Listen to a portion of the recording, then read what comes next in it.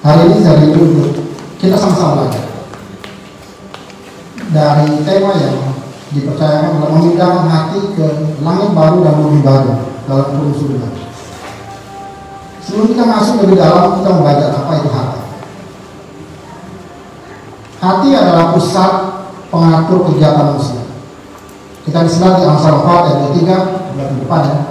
Amsal 4 ayat 23 berkata begini, jagalah hatimu dengan segala kewaspadaan, karena dari situlah terpancar kehidupan. Hati kita menentukan kehidupan kita. Apakah saya bisa tahu hati isi hati Bapak Ibu Saudara? Tentu tidak. Hanya Allah yang tahu. Isi hati kita tidak tahu. Sebenarnya apa sih isi hati kita sebenarnya? Itu adalah isi pikiran, perasaan, dan kehendak. Maka dikatakan hati adalah pusat pikiran, perasaan, dan kehendak. Pikiran kita tidak yang tahu, cuma Tuhan yang tahu. Perasaan kita Tuhan yang tahu. Kehendak kita, pikiran kita, bahkan pasangan kita, suami istri kita, anak kita, orang tua kita tidak ada. Hanya diri kita yang tahu. Karena itu kita hari ini semasa belajar bagaimana kita membawa hati kita dari kehendak Tuhan. Di Markus 2 berkata begini, tapi Yesus segera mengetahui dalam hatinya bahwa mereka ada yang ditawar berpikir demikian. Lalu ia berkata kepada mereka, mengapa kamu berpikir begitu dalam hati? Ayat ini menggambarkan di dalam hati kita ada pikiran-pemikiran. Bisa pemikiran baik, bisa pemikiran buruk.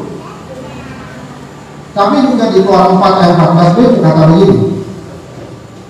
Ini Allah berkata kepada Musa, aku tahu bahwa ia akan bicara, yaitu Harun. Lagi pula Harun telah berangkat menjumpai engkau Musa, dan apabila Harun dan engkau, ia akan bersukacita dalam hati. Di ayat ini digambarkan bahwa di dalam hati kita ada sukacita, ada duka cita, ada perasaan yang bergejolak. Siapa yang bisa kendalikan? Kita sendiri.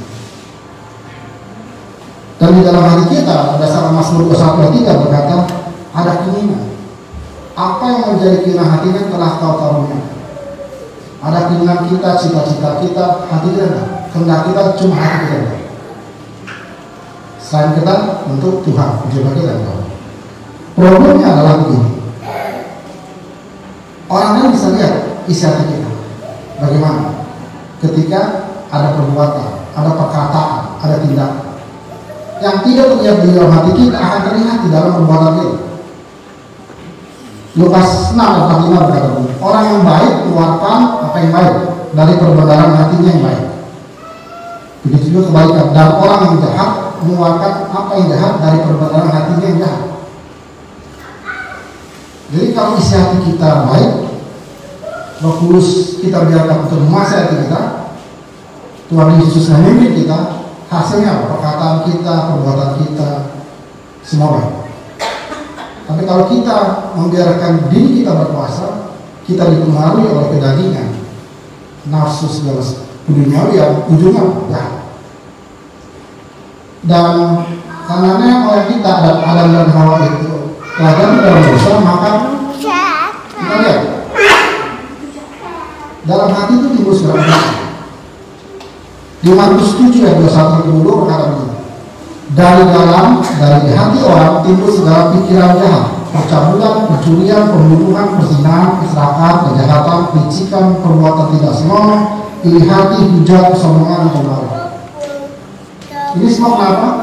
Karena nenek moyang kita adalah hal yang tidak berdosa, dan juga karena kita lahir dari orang tua yang sudah berdosa. Jadi dari anak kecil pun sudah berdosa. Apalagi kita sudah beranjak puluh.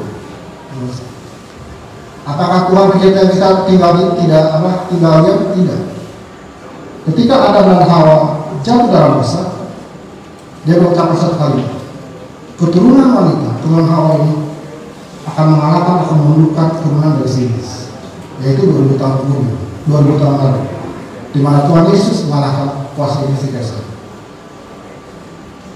Dari sini kita lihat bahwa walaupun kita awalnya ada orang berdosa, tapi Tuhan menawarkan apa? Supaya hati kita berbaharu, hati kita disucikan. Kita lihat di Yeskiel 36 ayat 25-26, ini keinginan hati Tuhan. Allah ingin memberikan kita hati yang baru, hati yang dipulihkan, hati yang mengikuti apa tuntunan Roh Kudus. Yesaya 3:25-26 berkata begini, aku akan mentahirkan kamu, aku akan menyucikan kamu, kamu akan memberikan hati yang baru, roh yang baru di dalam batinmu, aku akan menjauhkan tubuhmu dari hati yang keras, kuberikan hati yang taat. Kelihatan yang berbeda. Memang kita jatuh dalam dosa, tapi Tuhan Allah mengutus Tuhan Yesus dalam dunia ini, menulis kita dan menawarkan supaya kita disucikan, dipulihkan. Tinggal jawaban kita bagaimana? Ada sedikit gambar yang saya nggak tahu Bapak Ibu sih lihat atau tidak, tapi sama-sama ini. Gambar ini kalau lihat di bagian bawah, dead in sin. Manusia harusnya mati karena dosa kita. Kita harus mati karena dosa kita. Tapi karena Tuhan Yesus datang, maka kita dibenarkan. Kita dibenarkan. Tinggal respons kita aja. Tuhan Yesus menawarkan anugerah keselamatan. Kemudian ketika kita Roh Kudus yang berbicara pada kita memberikan respon bahwa Tuhan, saya mau menjadikan Engkau Tuhan dan Juru Selamat, kita disucikan dan kita mulai naik ke atas. Justification itu pembenaran, kemudian kita lanjut dalam kehidupan sehari-hari, kita naik terus. Sanctification, penulisan. Kita kalau lihat kan grafiknya turun naik, itu normal. Kenapa? Kita kadang-kadang masih di dunia ini bisa jatuh dalam dosa. Tapi Roh Kudus selalu dulu. Dari firman Tuhan kita dengar, dari firman Tuhan kita baca tiap hari, Roh Kudus turun supaya kita makin dikuduskan, makin menyerupai Kristus sampai terus nanti paling atas, glorification. Itu nanti ketika kita mati dulu atau tidak diangkat, kita akan dimuliakan bersama Tuhan. Part kita apa? Bagian kita ada apa? Bagian kita apa? Bagian kita cuma sederhana. Bagian kita adalah menyucikan hati kita, menjaga hati kita tidak dipengaruhi oleh dunia, membiarkan hati kita dipengaruhi oleh Roh Kudus. Yakobus 4:8 berkata begini, tahirkan tanganmu, hai kamu orang berdosa, dan sucikan hatimu, hai kamu yang mendua hati. Ayat ini menggambarkan Tuhan sudah menawarkan tiga part kita adalah menerima Dia sebagai Tuhan dan Juru Selamat, iman, dan memberikan Roh Kudus kesempatan untuk selalu menyucikan kita. Part kita adalah mengerjakan keselamatan dengan menjaga kesucian. Di situ ada kalimat yang cukup menggelitik. Kamu yang mendua hati. Mendua hati itu apa? Kalau orang punya pacar A, tapi pacar juga B. Itu karakteristik manusia. Dia ingin ikut Tuhan, dia ingin mengikuti kehendak Tuhan, dia ingin mengikuti apa yang dikatakan firman Tuhan, tapi dia juga masih ingin menikmati kesenangan dunia yang menjurus kepada dosa. Itulah manusia kita, mendua hati, seringkali mendua hati. Dari kata mendua hati ini saya ingin sedikit menjelaskan memindahkan hati. Tadi kan dikatakan tema kita adalah memindahkan hati ke langit baru dan bumi baru. Memindahkan hati itu seperti apa? Saya langsung masuk ke cerita yang paling terkenal di Alkitab. Bangsa Israel itu mendua hati ke tanah Israel. Kenapa saya bilang mendua hati ke tanah Israel? Bilangan 14 ini adalah kejadian puncak di mana bangsa Israel itu bersulut-sulut. Tuhan membebaskan bangsa Israel dari tanah Mesir, tanah perbudakan. Di Mesir mereka meminta Tuhan supaya mereka dibebaskan. Tuhan datang, bebaskan, melawati dengan segala mukjizat, 10 tulah, melawati dengan laut terbelah, siang dijaga tiap awan, malam dijaga tiap api. Tuhan lakukan itu. Tapi ketika mulai masuk akan terjadi. Bilangan 14 adalah apa? Saya baca, bersungut-sungutlah semua orang Israel. Mengapa Tuhan membawa kami ke negeri ini? Negeri ini, negeri Kanaan, tanah Israel. Kenapa dia bilang ini? Kenapa ketika dia mau masuk, ternyata isinya tanah Kanaan apa? Raksasa, orang-orang dulu. Mereka lupa bagaimana penyertaan Tuhan, mujizat Tuhan. Berikutnya berkata, bukankah lebih baik kami pulang ke Mesir?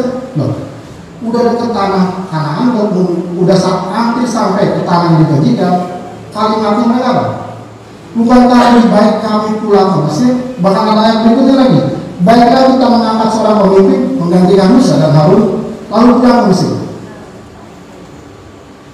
Mendua hati, padahal di tengah masuk. Tapi karena tantangan yang harus dihadapi melihat orang kanan yang besar-besar, mereka lupa. Mereka akan mengalami apa? Kebaikan Tuhan, mujizat Tuhan. Kalau kita pun seperti ini sekarang. Saya yakin bahwa ibu saudara pernah merasakan apa? Bagaimana perjumpaan dengan kasih Tuhan. Kasih Tuhan kita nikmati, kita rasakan. Kita juga pernah merasakan kuasa Tuhan. Kita bisa melewati pandemi. Kita juga bisa melihat bagaimana perjumpaan yang kebenaran Tuhan, bagaimana firman Tuhan itu nyata, janji Tuhan nyata dalam Tuhan. Kalau kita belum melewati semua itu, akankah kita meninggalkan Tuhan? Akankah kita mengecewakan hati Tuhan? Bangsa Israel begitu. Sudah hampir dekat, mereka berdoa, balik lagi dari Mesir. Akibatnya apa? Kalau Bapak Ibu dibaca di Bilangan 14 lanjutannya, semua orang Israel yang usianya di atas 20 tahun tidak bisa masuk tanah Kanaan, harus mati di padang gurun. 40 tahun mereka muter-muter di situ sampai seluruh yang di atas 20 tahun meninggal baru mereka masuk. Semua kenapa? Orang membuah hati. Tuhan ingin belajar bahwa kita bisa memindahkan hati kita. Walaupun kita ada di dunia ini, jangan hati kita terikat pada dunia ini, tapi terikat pada apa? Terikat pada Tuhan. Karena dia jadikan sesuatu yang nanti yang saya bahas lebih lanjut. Satu perumpamaan yang sebagai gambaran ini. Kalau Bapak Ibu Saudara dapat kesempatan untuk pindah rumah ke luar negeri, apa yang terjadi? Pasti ada beda waktu. Kalau cuma pindahnya mungkin karena kerja atau belajar atau tugas kantor, beda waktu pasti.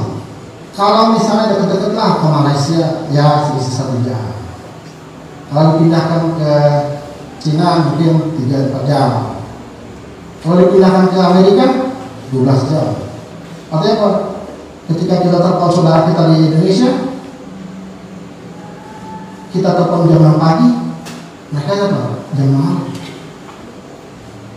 Ada beda bahasa juga. Kita sampai sana, kok orangnya saya nggak ngerti ya, kenapa? Mungkin kita kesana belum siap bahasa kita, beda bahasa, beda makanan.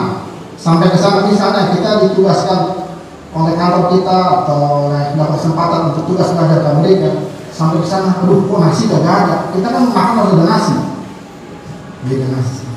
Beda aturan juga. Aturan di sana, kalau kita nyetir di sini apa? Kiri, di sana sama. Begitu banyak beda. Saya mau sampaikan dari perumpamaan ini apa?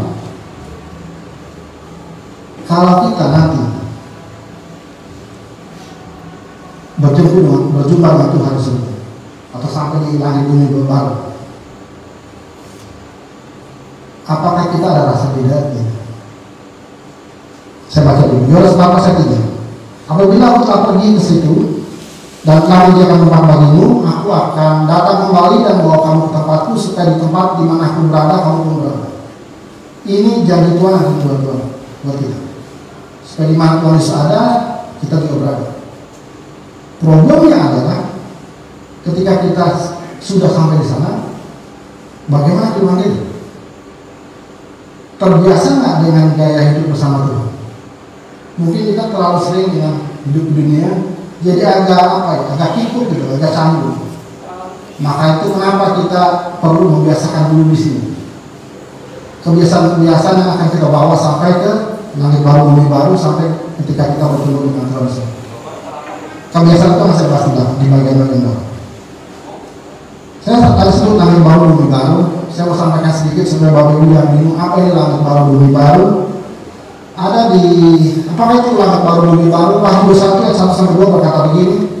Lalu aku melihat langit yang baru dan bumi yang baru, sebab langit yang pertama dan bumi yang pertama telah berlalu.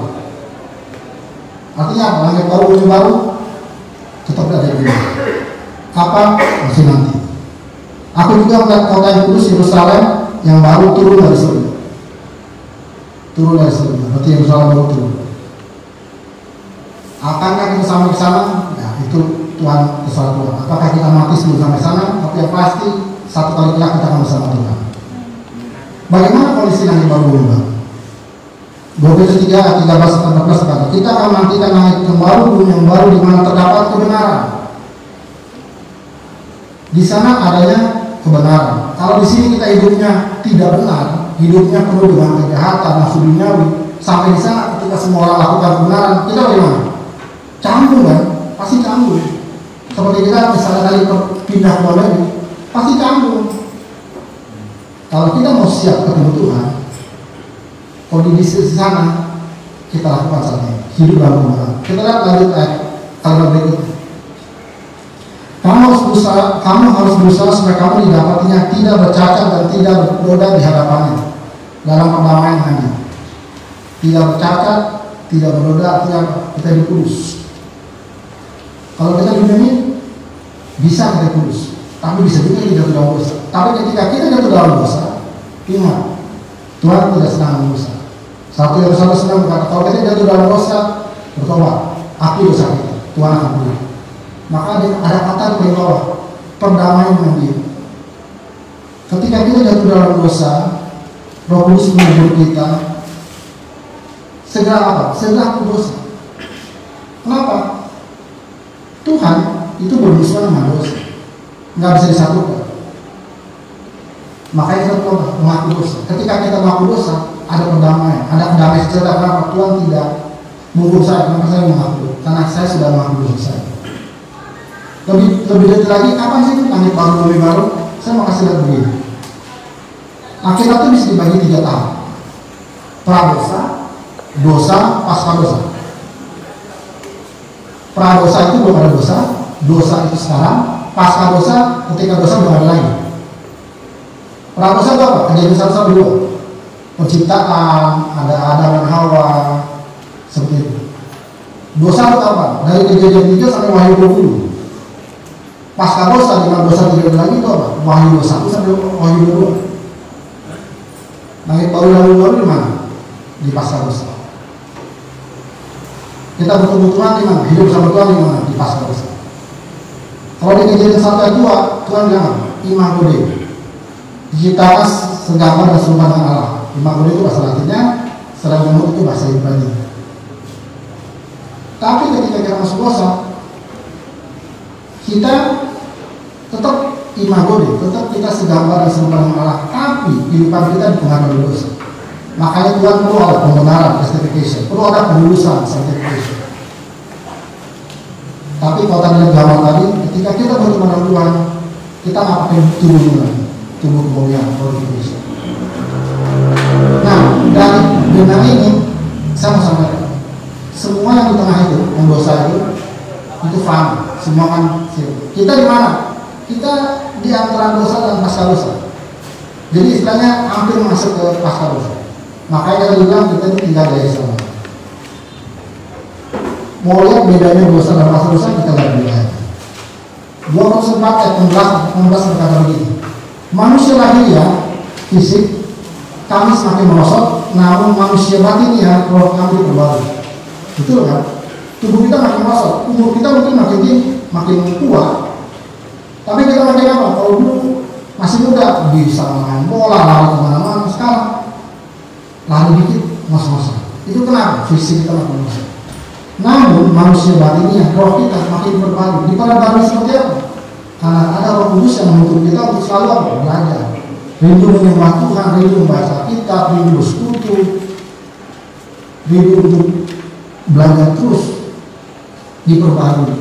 Walaupun tubuh kita merosot, tapi roh dalam kita makin diperbaiki. Berusaha makin diperbaiki. Dikatakan di kalimat berikutnya, sebab kami tidak memperhatikan hal yang kelihatan, melainkan yang tidak kelihatan. Karena yang kelihatan fisik yang kita lihat ini, Bapak bisa lihat saya karena saya ada tubuh, itu sementara. Sementara yang tidak kelihatan, roh saya, jiwa saya, hati saya, Bapak melihat itu kekal. Tubuh ini bisa sakit dan terakhir di rumah sakit, dan kalau Tuhan izinkan sehat, kalau enggak alhamdulillah fana, tidak kekal sementara. Tapi roh, jiwa dan hati kita itu yang akan terbentuk. Itu perbedaannya antara dosa dan pasca dosa. Ketika dosa kita lebih ke fisik, tapi kalau yang masuk ke era pasca dosa ketemu Tuhan, itu apa? Roh kita, jiwa kita, hati kita Jadi yang perlu kita apa? Perhatikan apa? Bukan cuma tubuh kita mandi, rambut kita rapikan, kita jaga kulit kita tetap sehat, kesehatan roh kita juga, hati kita yang kita jaga. Supaya karena itu yang sampai ketemu Tuhan. Kita lihat berikut, Matius 6 ayat 19-21. Jangan kamu mengumpulkan harta bagimu di bumi menghangat dan karat rusaknya, tetapi kumpulkanlah bagimu harta di surga. Di surga menghangat karat tidak rusaknya, pencuri tidak membongkarnya serta mencurinya. Di mana hatimu berada, di situ juga di mana hartamu berada, di situ juga hatimu berada. Kita pasti semua punya harta. Kenapa? Mungkin hasil usaha kita, hasil kerja kita. Tapi boleh saya sampaikan itu semua adalah sementara. Kalau kita pulang ke rumah Bapak, ujungnya apa? Kita tinggalkan buat keluarga kita masa depan. Jadi jangan istilahnya kita terikat dengan harta. Ada contoh di Alkitab. Kejadian 19 ayat 24-26. Kemudian Tuhan menurunkan hujan merah dan api atas Sodom dan Gomora, dan ditumbang balikannya lah kota-kota itu, tetapi istilah yang berjalan mengikutinya menoleh ke belakang lalu menjadi jamar. Ini sebenarnya satu contoh bisa bagaimana. Kenapa dia ke belakang? Karena hartanya apapun yang itu yang dia milikinya ditinggal di Sodom dan Gomora. Kenapa dia tinggal? Malaikat bilang kamu harus pergi buru-buru, ada Sodom dan Gomora di hukumannya kita lihat, hujan belerang api atau Sodom dan Gomora. Israel masih berpikir kenapa dia bilang? Karena dia perlu harta gua, rumah saya, istilahnya dapur saya, kalau dulu ya kulkas kapal segala macam itu. Dia lihat kenapa? Efeknya apa? Menjadi tiang hari. Kalau ketika kita berjalan menuju memasuki era satu kali kelak kita ketemu Tuhan, apapun yang kita punya itu akan kita tinggalkan. Jangan terikat dengan apa yang fisik. Seperti tadi saya kasih contoh pindah rumah. Rumahnya dibawa, enggak, ini bawa ke sini. Yang kita bawa pada Tuhan, roh kita, jiwa kita, hati kita. Terus kalau sekarang apa yang harus kita lakukan? Kalau kita selalu fokusnya, oh nanti kita mau ketemu Tuhan, hati kita dipindahkan ke langit baru. Terus apa yang kita lakukan sekarang di bumi? Filipi 1 ayat 2-22 berkata begini. Karena bagiku hidup adalah Kristus. Ini perkataan Paulus. Mati adalah keuntungan, tetapi jika aku harus hidup di dunia ini, berarti bagiku bekerja memberi Tuhan. Tadi dikatakan kita ini dunia ini fana. Apa yang kita bawa cuma roh kita, jiwa kita, hati kita. Terus apa yang harus kita lakukan ini? Hiduplah seperti itu Kristus. Hidup adalah Kristus, mati adalah keuntungan. Hidup bekerja memberi Tuhan. Ada 5 hal yang saya ingin sampaikan di sini. Ketika kita masih tinggal di dunia ini, tapi fokus kita, hati kita sebenarnya udah pindah ke langit baru bumi baru. Udah bersama dengan Tuhan. Udah istilahnya fokusnya pada Tuhan. Yang pertama saya sampaikan, kita menjadikan Yesus Kristus pusat kehidupan kita. Itu adalah ciri pertama bahwa hati kita tidak di dunia ini, tapi hati kita fokusnya adalah kepada kekekalan, surga, bumi baru nanti fokusnya. Kita tidak terikat pada dunia ini, tapi fokus kita ke Tuhan. Yang pertama menjadikan Yesus Kristus pusat kehidupan atau worship. Kenapa saya bilang ini pusat kehidupan? Matius 22 ayat 37-38 berkata ini, kasihlah Tuhan dengan segenap hatimu, segenap jiwamu, segenap akal budimu. Itulah perintah yang terutama. Artinya apa yang paling penting? Itu telah kita lakukan tadi setengah jam pertama di dalam persekutuan kita. Kita memuji Tuhan. Kenapa kita memuji Tuhan? Karena Dia yang paling utama. Dia telah memberikan segalanya. Dia telah menebus kita, menyelamatkan kita. Sekarang bagi kita akan membuat Dia menjadi fokus hidup kita. Apa? Puja penyembah. Berikutnya apa? Kita mengasihi keluarga. Ketika Bapak Ibu Saudara hadir dalam persekutuan hari ini, inilah bentuk bahwa saudara, Bapak Ibu mengasihi keluarga, fellowship, persekutuan. Kenapa? Ibrani 10:25 berkata begini, janganlah kita menjauhkan diri dari pertemuan-pertemuan ibadah kita, tapi marilah kita saling menasihati. Kenapa kita masih ada di dunia ini? Kalau tadi Tuhan akan bawa kita ke surga, kenapa nggak buru-buru ini? Langsung aja kita terima Tuhan sebagai Tuhan Selamat, kita langsung dipanggil Tuhan. Enggak. Tuhan punya rencana dalam kehidupan kami dulu semua. Yang satu, pertama kali adalah kita menyembah Tuhan. Kenapa kita ada dunia ini? Pertama menyembah Tuhan. Yang kedua, ini yang saya sampaikan. Kita ada dunia ini untuk mengasihi, untuk bersekutu dengan rekan-rekan sini. Supaya apa? Lihat kalimat terakhir. Marilah kita saling menasihati. Orang-orang Kristen tidak bisa tinggal sendirian di dunia. Perlu ada apa? Perlu ada orang Kristen lain yang menasihati, yang mendukung, yang mendoakan. Itulah esensi dari persekutuan, dari fellowship. Jadi kalau kita masih ada di dunia ini, Tuhan belum panggil kita, sederhana. Tuhan mau kita mendukung keluarga kita, menasihati ayah, ibu, anak, orang tua, siapapun sekitar kita, supaya mereka hidupnya apa? Hidupnya benar. Supaya mereka tidak jauh dari ibadah, tapi mereka makin berbaharu. Bukan cuma itu, apa yang Tuhan ingin lakukan? Dia ingin kita mengusahakan kedewasaan rohani kita, roh kita, melalui apa? Muridah, discipleship. Ibrani 6 ayat 1 berkata ini, mari kita tinggalkan asas-asas pertama ajaran tentang Kristus dan beralih kepada perkembangan yang benar. Artinya kita nggak cuma belajar di dasar-dasarnya, di Alkitab dasar-dasarnya. Pengetahuan kita tentang Tuhan, tentang Kristus makin meningkat. Kalau di Alkitab juga, jangan kita cuma makan bubur saja, lebih keras. Anak kecil aja, memang di awal-awal kehidupannya apa? Makannya bubur kan? Bahkan pertama nasi, cair sekali. Berikutnya apa? Bubur. Akhirnya nasi tim. Tapi lama-lama makin keras kan? Awalnya nggak dikasih makan rendang, ayam, tapi setelah dewasa bisa. Seperti juga kita. Roh kita itu jangan cuma yang ringan-ringan, mesti makin keras. Kenapa? Itu membuat kita makin dewasa. Gigi, seorang gigi anak itu kalau dibiasakan cuma makan bubur, dia nggak betul, dia perlu gigit yang keras-keras. Makanya anak-anak kecil kalau sering apa? Dia sering gigit-gigit kan. Tujuannya apa? Supaya giginya tuh. Kita pun juga begitu, perlu belajar bukan cuma yang ringan-ringan, tapi yang misalnya beralih pada perkembangan itu. Lebih untuk belajar tentang Kristus. Di Bible Indonesia ada satu tahun seperti itu, saya nggak tahu ini diterapkan atau tidak. Baru beberapa bulan lalu ya, di awal tahun 2002 ada yang namanya MSK, menjadi seperti Kristus. Sebenarnya mau dikasih gambaran. Bapak Ibu itu di mana? Apakah masih yang pakai pertama jiwa baru? Apakah sudah naik? Ini tangga pertumbuhan rohani. Dari utama cuma mengenal Kristus, berikutnya kemudian dia berjalan dengan Kristus, naik lagi ke tempat yang hidup kokoh dalam Kristus, akhirnya terakhir memimpin seperti Kristus, melayani seperti Kristus. Inilah tangga kehidupan kita. Bukan cuma hadir mendengar firman Tuhan, tapi kita juga mulai melayani, membagikan firman Tuhan kepada orang lain. Apa yang kita dengar kita sampaikan, tidak dalam bentuk khotbah, tidak dalam bentuk sharing, dalam bentuk cerita kepada teman kita, supaya semua pertumbuhan rohani makin naik.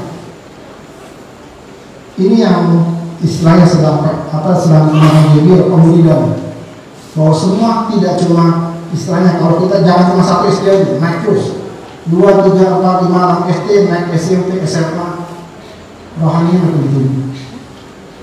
Yang keempat, selama kita di dunia ini, kenapa Tuhan gak pengen kita buru-buru? Karena Tuhan ingin kita memberikan kontribusi atau respon positif bagi orang lain, atau kata orang melayani, pemain ministry. 1 Korintus 4 ayat 10 berkata, melayani seorang akan melayani sesuai dengan karunia yang telah diperoleh tiap-tiap orang sebagai pengolahan baik dari anugerah Allah. Saya tahu bahwa minggu lalu Gembala menyampaikan kata tentang pelayanan, tapi saya mau tekankan di sini. Kita ada di dunia ini untuk apa? Untuk melayani teman-teman kita. Bukan cuma yang seiman, juga orang-orang belum seiman. Melayani seperti apa? Saya dapat satu istilah, namanya SHAPE, S-H-A-P-E. S itu spiritual gift, karunia rohani. Kalau yang mengajar, kalau yang memimpin, kalau yang membagikan, kalau yang mendoakan, membuat mujizat, seperti itu. Semua kita punya karunia yang rohani, problemnya apakah kita tahu atau tidak? Heart, passion. Kita punya passion. Tuhan kasih kita passion. Passion itu apa? Keinginan, kerinduan, gairah, semangat. Mungkin kita punya gairah apa? Saya senang mengajar bermain anak-anak. Berarti apa? Bapak Ibu Saudara bisa melayani anak. Saya senang bergaul dengan anak muda, main bola sama-sama, kita jalan-jalan ke gunung, naik mendaki sama-sama. Artinya apa? Bapak punya passion buat anak muda. Kenapa tidak melayani anak muda? Menjadi pembina, pendamping. Kalau Bapak Ibu merasa kalau saya punya passion buat keluarga-keluarga, jadilah pendamping keluarga-keluarga. Passion buat membantu ekonomi orang. Kenapa? Karena Tuhan sudah berkati saya. Dari saya modal itu, akhirnya saya bisa punya usaha. Artinya passion kita membangkitkan ekonomi orang lain. Ingat, Tuhan bisa pakai kita punya keinginan, hasrat, gairah itu buat jadi berkat buat orang lain. Abilities, kemampuan. Saya yakin semua punya kemampuan. Misalnya ada kemampuan masak. Artinya apa? Tuhan mau pakai kita supaya masakan kita jadi berkat buat orang lain. Bisa buat cari dana, bisa buat dapur umum, bisa macam-macam. Atau kemampuan kita, misalnya kemampuan kita bekerja sebagai perawat atau bekerja di bidang sipil, kontraktor. Artinya apa? Tuhan ingin apa? Kita memperbaiki baik alat atau kita membantu gereja lain yang tadinya kiri kanannya belum ada tiang, belum ada tembok. Itu mungkin Tuhan kasih kesempatan buat kita main. Perlu saya sampaikan bahwa main itu bukan cuma hari Minggu, sangat sempit. Main itu Senin sampai Minggu. Kita bisa melayani di hari Senin dan Sabtu. Antara Senin Sabtu apa? Sesuai kemampuan kita. Kemampuan kita mungkin kita bisa matematika, fisika, kimia, biologi, pelajaran yang susah. Kalau kita ikutin, Tuhan kasih banyak orang-orang yang ingin belajar. Kenapa? Kita bisa jadi apa? Buka Bible, dia belajar. Saya dapat satu kesaksian bagaimana sebuah pos dibuka. Pos bimbingan dibuka apa? Dari bimbingan belajar. Jadi anak bimbingan belajar itu diantar bukan cuma sama orang Kristen, tapi juga orang yang berkerudung kayak Kristen. Kenapa? Dia pengen anaknya pintar. Dari bimbel itu diajarkan nilai-nilai Kristenan. Nextnya berikutnya apa? Tercipta apa? Sekolah minggu. Lanjutnya sebetulnya. Atau personality, kepribadian. Atau Bapak Ibu pintar ngomong. Kalau Bapak Ibu pintar ngomong, Tuhan ingin pakai suara Bapak Ibu apa? Untuk jadi berkat orang lain. Coba berdiri di depan sini, sharing, bagikan kesaksian, bisa seperti itu. Atau Bapak Ibu orang yang peka gitu. Nggak tukang ngomong, tapi kalau lihat orang lain, kayaknya dia punya masalah. Kenapa tidak jadi pemerhati atau masalah?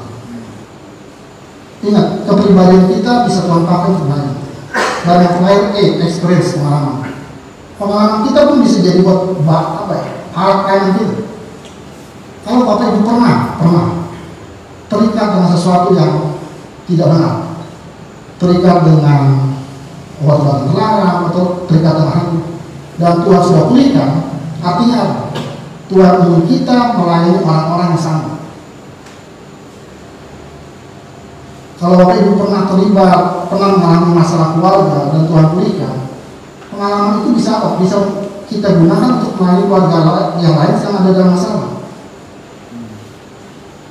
Begitu juga. Jadi sama-sama yang jangan kita lihat bahwa pengalaman dulu kita semua itu, ini pengalaman dulu yang saya ingin lupakan. Kenapa? Pahit. Tapi Tuhan ingin pakai pengalaman pahit kita untuk jadi berkat untuk orang lain. Pengalaman pahit dalam keluarga kita, pengalaman pahit dalam usaha kita, mungkin usaha kita di masa pandemi pernah sampai bangkrut, tapi Tuhan pulihkan. Arti itu apa? Tuhan kasih kesempatan buat kita untuk mengajar, untuk apa ya? Mendorong orang lain untuk sama-sama bangkit. Kenapa? Tuhan tolong saya, Tuhan tolong mereka juga. Itu bentuk lain. Dan yang terakhir dalam apa yang saya katakan dulu, kita menyampaikan kasih Kristus kepada orang lain. Mission, ini penginjilan. 2 Korintus 5:19 berkata, Dia telah mempercayakan berita pendamaian kepada kami. Saya mau sampaikan ini. Dari 4 ini, worship, kemudian fellowship, persekutuan, kemudian discipleship, kemudian ministry, dan mission. Tahu nggak Bapak Ibu dari 5 ini? Yang mana yang masih dilakukan di surga, di langit baru bumi baru? Cuma 4. Yang terakhir ini mission, nggak perlu lagi. Kenapa? Karena buat apalagi ada melakukan ministry, menyampaikan pendamaian lagi, penginjilan. Kenapa? Semuanya sudah dimenangkan, semuanya sudah melakukan. Itu nanti di pasca dosa. Nggak perlu lagi. Tapi yang tetap kita jalankan di sana apa? Penyembahan, persekutuan, pemuridan, tetap belajar, makin mengenal Tuhan, dan melayani. Ketika kita melakukan 4 hal ini, artinya apa? Kita membiasakan diri kita untuk hidup bersama Kristus nanti. Ketika kita selalu menyembah Tuhan, selalu bersekutu dengan teman-teman seiman, ketika kita selalu melayani orang lain, baik seiman atau tidak seiman, kita belajar Alkitab secara berkelompok, itu adalah kebiasaan buat hati kita, buat roh kita, supaya nanti ketika kita ketemu Tuhan di dalam langit baru bumi baru surga, kita nggak tanggung lakukan itu. Jadi saya mempunyai kesimpulan ini, bahwa memindahkan hati ke langit baru dan bumi baru surga, kita hidup yang menyucikan hati. Kenapa? Di sana ada kebenaran, tidak berdosa, otomatis kalau kita masuk sana hati kita juga suci. Hidup dalam kebenaran, tidak bercacat dan bohong. Yang penting sekarang ini hidup bagi Kristus dengan pekerjaan dulu. Selama kita di dunia ini belum Tuhan panggil, artinya Tuhan masih mau pakai kita untuk jadi berkat buat orang lain. Dimulai dari keluarga kita, dimulai dari gereja kita, tetangga kita, teman sekolah kita, teman kampus kita, teman kerja kita, teman usaha kita. Itu dia. Firman Tuhan tidak bisa terpanjang, tapi saya ingin melalui firman Tuhan yang saya bagikan pada hari ini, hidup kita fokus pada tataran. Untuk kesana banyak yang bisa kita lakukan. Hidup kudus, hidup benar, hidup jadi berkat, menjadi buah buat orang sebelah kita. Mari kita berdiri. Saya undang semua leader dan senior untuk maju ke depan. Kita akan menyanyikan satu lagu, Jadi Seperti Ini.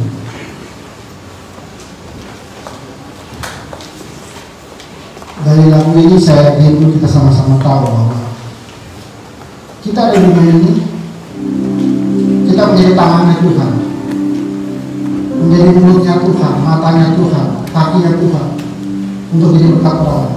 Kalau kita jadi berkat, saat kita juga menjadi berkat orang lain. Mari kita nyanyikan.